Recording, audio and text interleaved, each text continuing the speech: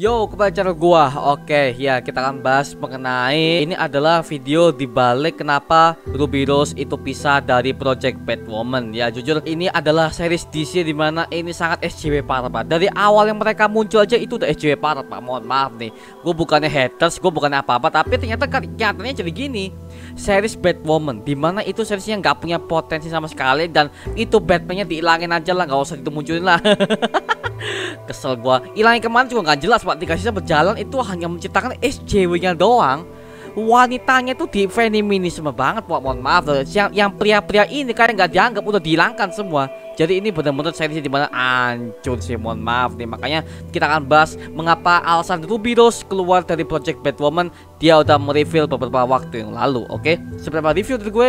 Sebelum kita lanjut video ini, jangan lupa tekan tombol subscribe. Karena kalau kalian tekan tombol subscribe dan like video sebanyak-banyaknya, dan juga share video teman-teman kalian, maka gue akan lebih semangat lagi buat video untuk kalian. Oke, thank you. Dan jangan lupa untuk nyawel di nyaw.co/Angelo. Linknya ada di deskripsi untuk bantu gue mengumpulkan dana agar supaya gue bisa live streaming untuk kalian setiap harinya. Oke, thank you. Kita akan bahas mengenai Batwoman, kenapa Ruby Rose keluar dari Project Batwoman dan apa alasan sebenarnya. Oke, langsung kita masuk segmen ke DC Universe Indonesia.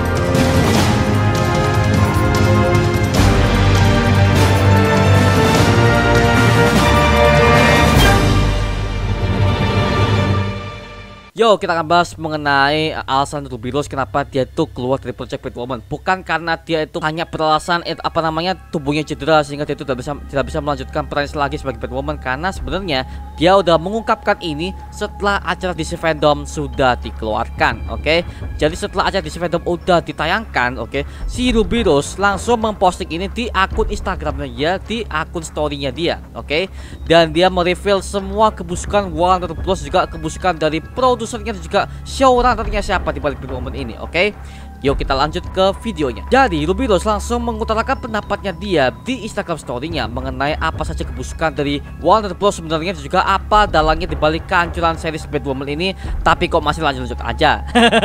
Bisa sebenarnya ampas, maaf. Kalau lo udah kuat nonton Batwoman, gua harus kasih lo tepuk tangan, bro, karena lo bisa menonton series yang ampas itu sampai berseason, Pak. Kalau gua udah enggak, Pak. Gua udah berhenti dari season 1 itu di episode keberapa gitu, episode keempat atau kelima, itu gak sampai ending lah pokoknya. Makin ke situ kesel gue liat. Oke, kita akan bahas mengenai video ini. Oke, di podcast ini dia langsung mengatakan, "Dear CW, Ruby Rose akhirnya men-tag Caroline Dries, itu adalah pemilik dari showrunner Batwoman, Greg Berlanti dan Sarah Scatter dari Berlanti Production." Di slide yang selanjutnya, Ruby Rose menegaskan akan memberitahu hal ini agar tidak terjadi kepada orang lain, sehingga ia bisa kembali mendapatkan hidupnya dan keadilannya. "Shame on you," ucap Ruby Rose di Instastory-nya. Di slide keempat, Ruby Rose membahas soal Peter Roth, yaitu adalah mantan presiden Warner Bros TV yang suka membuat wanita muda untuk memanaskan celana dan selangkangannya di saat ia masih memakai pakaiannya. Oh, this is cutting. Oh, mohon maaf nih. Kita bahas yang pertama ini. Yang pertama, ini Ruby Rose mengatakan bahwa soal Peter Roth itu adalah mantan dari presiden WBTV ya, dan dia selalu membuat wanita itu untuk menghotkan, oke, memanaskan celana dan selangkangannya lah. Aduh, ini benar-benar kasar sih, mohon maaf. Jadi dia tuh kayak melecehkan harga diri wanita, Pak, di sini, Pak. Ya, gini sih, kalau masalah untuk melecehkan harga diri wanita itu sebenarnya itu bukan hal yang asik di bidang kreatif, mohon maaf nih. Gue punya teman, oke, gue punya teman juga beberapa orang yang udah kenal sama gue. Mereka itu udah kerja di TV, dan mereka yang teman-teman cewek gue ya, dan mereka langsung ngomong produsernya agak bangsat, sutradara bangsat. Jadi mereka itu akan diberikan bayaran yang lebih jikalau mereka akan menemani si sutradaranya atau produsernya di kamar lah atau di hotel segala macam. Itu semuanya sebenarnya sudah sangat umum di dunia kreatif gitu lah. Makanya kalau gue lihat ini sih sebenarnya gak masalah sih, karena hal seperti itu tuh sebenarnya itu nggak asik, karena di seluruh dunia memang seperti itu, Pak. Dunia gelap entertainment memang seperti itu. Lo pikir jadi artis tuh gampang? Enggak, apalagi buat cewek-cewek. Aduh, ini makanya ini adalah dunia gelap dari artis, sisi gelap artis yang kalian yang ingin menjadi artis ya. Lo harus lihat inilah. Jadi ini harus lo pertimbangkan, apalagi lo yang cewek ya. Jadi ini benar-benar adalah suatu hal yang biasa sebenarnya kalau yang gue lihat, karena teman-teman gue juga mengalami hal yang sama. Nah, seperti itu. Oke, lanjut ya. Dan lebih parahnya lagi, Peter Roth malah mencari hal-hal yang jelek dari Ruby Rose untuk menyingkirkannya. Tentu saja agar kasus ini pada tahun 2020 tidak terungkap ke publik. Ya, ini sama saja dengan kasus yang dialami oleh Ray Fisher ketika dia bersuara untuk mengungkapkan rasa kesalahannya terhadap Kevin Sugihara selaku pendiri dari WB. Oke, jadi benar-benar ini bisa dibilang mereka WB ini berusaha untuk membungkam, oke, semua orang-orang yang berusaha untuk menjelek-jelekan ambisinya dari WB yang sangat-sangat terlalu tolol. Oke, mohon maaf deh, karena gini, lo tau kan, WB itu sudah membatalkan semua project-project DC yang mereka itu punya potensi banyak. Lu bisa tonton aja di video di bawah ini ya. Oke, kalau enggak gua taruh di card ini ya, di atas ini. Gua udah bahas semuanya mengenai series DC dan apa aja series film dan DC apa aja yang mereka tuh udah batalin tuh punya potensi yang bagus. Ya udahlah. Tapi di sini mohon maaf nih, kalau kita udah mengikuti kasus-kasus WB apalagi soal DC, kita udah tahu bahwa WB itu belum brengsek, Pak. Yang DC fandom kemarin aja Zack Snyder gak diundang ya. Zack Snyder gak diundang, apa coba itu. Jadi itu aduh, nih. Udahlah, males yang gue lihat ya. Tapi di sini kita bisa melihat bahwa Ruby Rose sudah kesel mungkin ya, karena si Batwoman yang series yang ampas ini kenapa kok masih lanjut gitu loh. Ini series nggak ada untungnya, satu, dan kedua ini aktor-aktor juga aktrisnya juga para krunya mereka tuh dibayar sangat kecil, tapi kok mau. Nah itu loh, itu masalahnya, profitnya sangat kecil, Pak, mohon maaf. Jadi yang lo udah nonton trailer pertama si Batwoman season pertama deh, oke, waktu reveal zaman dulu tahun 2020 kalau nggak salah mereka tuh akan tayang perdananya. Itu aja lu lihat hasil gimana Batwoman, hancur, dislike-nya malah banyak. Karena apa? SJW para lesbian, gay, LGBT semua itu diungkapkan di situ, Pak. Mohon maaf nih. Ya memang gue tahu di komiknya sendiri itu memang si Ruby Rose memang adalah seorang lesbian, tapi di sini nggak terang-terangan gitu juga, anjing, gitu loh. Masalahnya ini kan market film, yang artinya semua orang akan melihat gitu loh, publik. Tapi bodoh amat lah, gue langsung hancur lah. Dan setelah selanjutnya ini Ruby Rose mengatakan dia mengaku dia mengalami cedera saat bekerja, sehingga dia akan memutuskan untuk berhenti dari Project Batwoman karena tubuhnya mengalami cedera pada saat melakukan syuting action yang sangat-sangat hebat situ untuk final episode season pertama, seperti patah leher, patah tulang, rusuk yang terbelah dua, bahkan dia terkena tumor. Peter Roth memaksanya untuk kembali bekerja selama 10 hari setelah operasi alih-alih, memintanya dihapus dari beberapa episode, mengancam akan mendenda dia dan seluruh kru alias dipecat ya. Mohon maaf nih. Jadi dia tuh berhenti dari seriesnya itu bukan karena dia atas kemauan sendiri.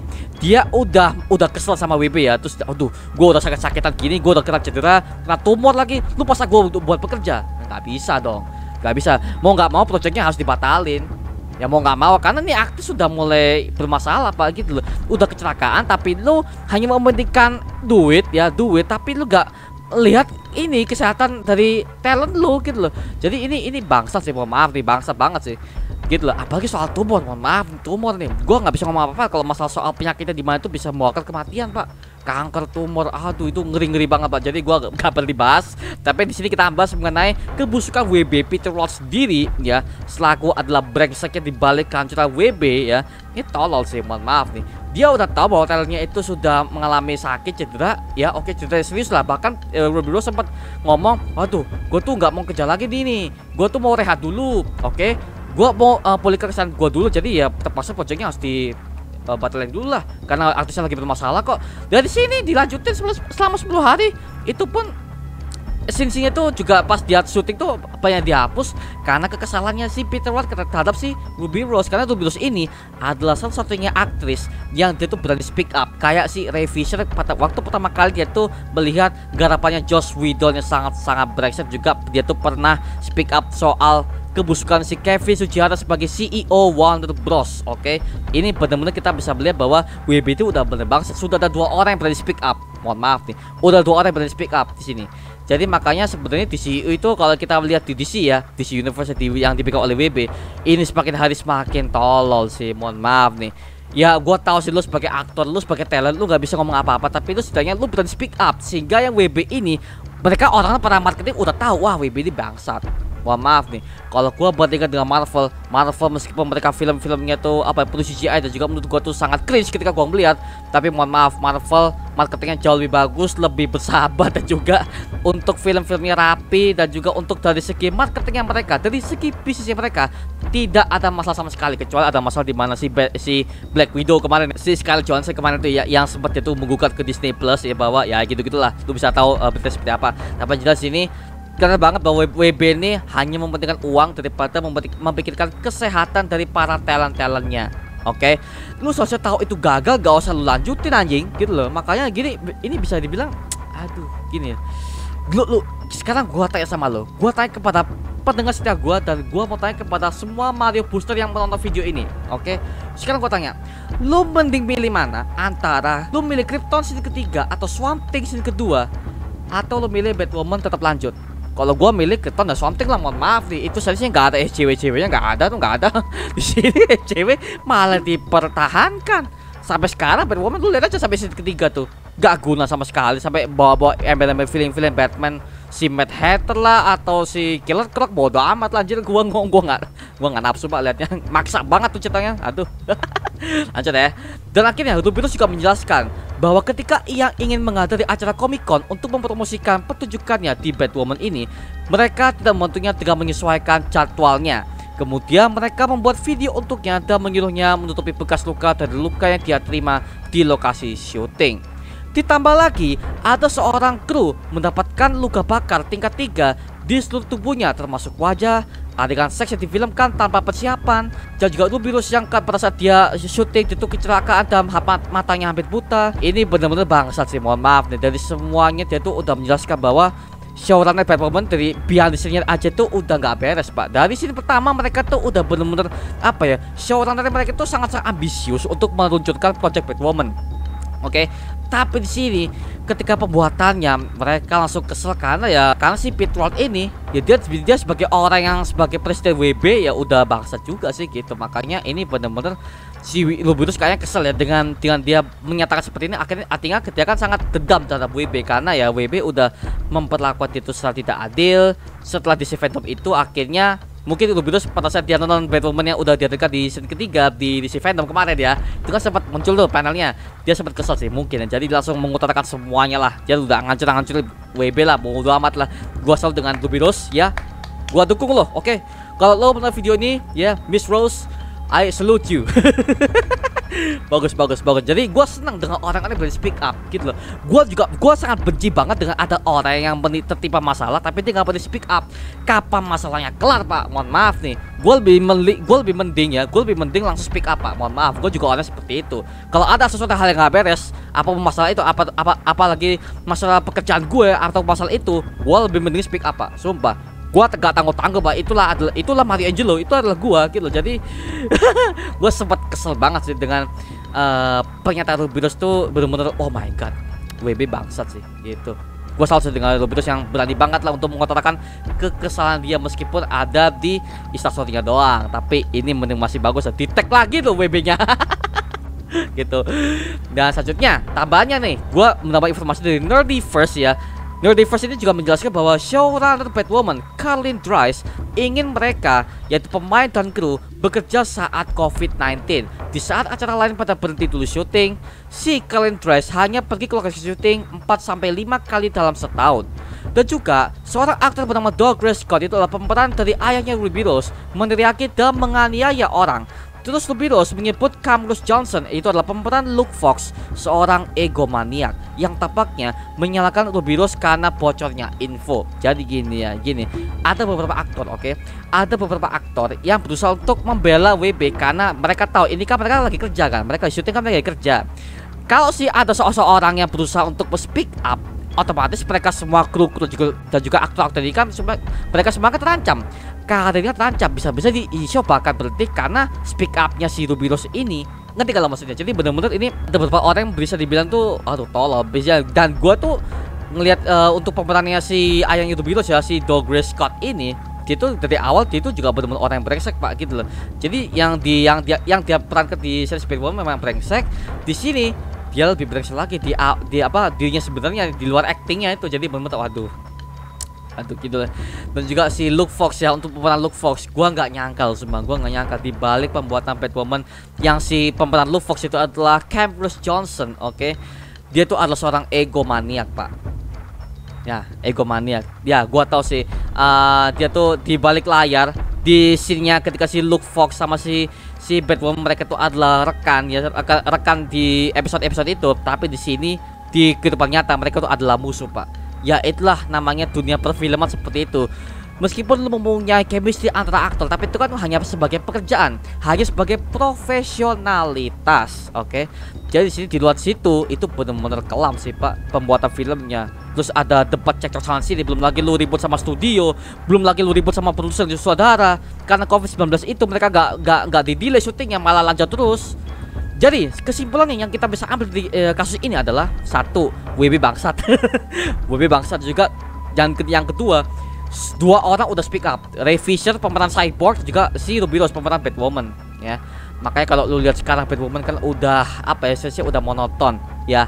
Monoton, juga SJW-nya minta ampun, Pak, mohon maaf nih. Apa derajat wanita oke, ditinggikan, tapi yang pria-pria ini kayak direndahkan sekali gitu loh. Jadi seolah-olah itu show itu akan mengatakan wanita itu tidak butuh laki-laki, wanita itu hanya ingin sendiri, laki-laki is fuck, the man is fuck. Bodoh amat lah, kesel gue ngeliatnya. Makanya itu bener-bener gimana ya, ini makanya sekarang gini ya, SJW ya, SJW sudah mulai ada. Bahkan kalau gue sebagai ngomong ya, live actionnya Disney kayak Aladdin, oke? Kayak Aladdin. Terus habis itu apa lagi ya, Lion King.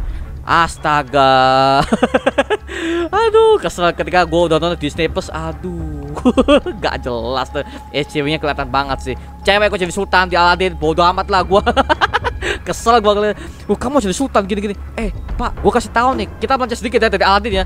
Lu kalau nonton Aladdin live action sekarang ya, mohon maaf nih, kalau nonton itu, lu bakal melihat ada scene ketika si Jasmine akan ditempatkan sebagai sultan. Sekarang gue tanya sama lo, di mana sejarah ketika wanita menjadi sultan? Gak ada. Goblok deh yang menjadi. Makanya bener-bener aduh. Itulah makanya SJW itu semuanya sudah ada ya. Wanita ditinggikan. Oke, wanita ditinggikan, tapi yang laki-laki ini tidak dianggap, Pak. Mohon maaf nih. Gue bukannya rasis dengan gender, bukan. No. Tapi ya laki-laki sama perempuan itu kan equal kan. Mereka sama-sama kan. Jadi bener-bener ini kayak mendingan harga diri wanita, tapi yang lelaki ini dianggap sampah gitu loh. Makanya gue keselin di situ. Makanya semenjak Batwoman ini udah hancur-hancuran CW, nggak kayak dulu lagi. Makanya ya udahlah ya, gue nggak usah lihat itu lah. Tapi di sini yang bisa gue ambil dari kesimpulan yang diberitakan oleh Ruby Rose ini adalah WB adalah bajingan sebenarnya di balik kegagalan DC Universe sekarang ini. Ya lo pasti tahu lah kenapa DC sekarang tuh sudah mulai gak konsisten, juga timeline udah kemana-mana. Ya itu karena ini gitu loh. Makanya series yang gak punya budget pun mereka angkat, tapi series yang punya budget, yang punya potensi tinggi untuk membuat universe keseluruhan, malah di cancel. Ini gua pencet di DC gitu loh. Mereka gak mementingkan namanya demand market, permintaan penonton seperti apa gitu loh. Makanya di sini ya, kalau lo sebagai seorang yang bekerja di bidang kreatif, oke, lo sebagai sutradara, produser atau siapapun itu, sebagai YouTuber pun, lo harus mementingkan yang namanya permintaan penonton, permintaan pelanggan lo itu apa sih? Fans tuh mau mintanya apa gitu. Jadi bener-bener itulah ya, itu disebut sebagai pekerja kreatif gitu loh. Lu ngikutin apa kata para fans, oke, lu rapatin, habis itu lu rundingkan sama tim lo. Jadi nggak gitu loh. Jadi gak udahlah ya. Nih gue yakin ini untuk produsernya sama ini ya, mereka gak pernah kuliah, Pak. Kesel Pak gue ngeliatnya, sumpah. Kesel gue. Makanya di sini itu aja mengenai video kali ini, mengenai kekesalan Ruby Rose, kenapa alasan itu keluar dari Batwoman.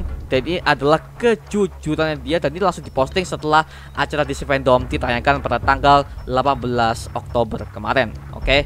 Ya, itu aja mengenai video kali ini mengenai Ruby Rose ini. Kalau kalian punya pendapat lain atau kalian punya informasi lain, tulis di kolom komentar di bawah dan kita bisa diskusi bareng seperti biasanya. Oke? Thank you. Itu aja mengenai video kali ini mengenai Batwoman. Jangan lupa like, comment, dan subscribe untuk gua membuat video mendidik kalian semua. Oke, sampai jumpa di video berikutnya. Adios.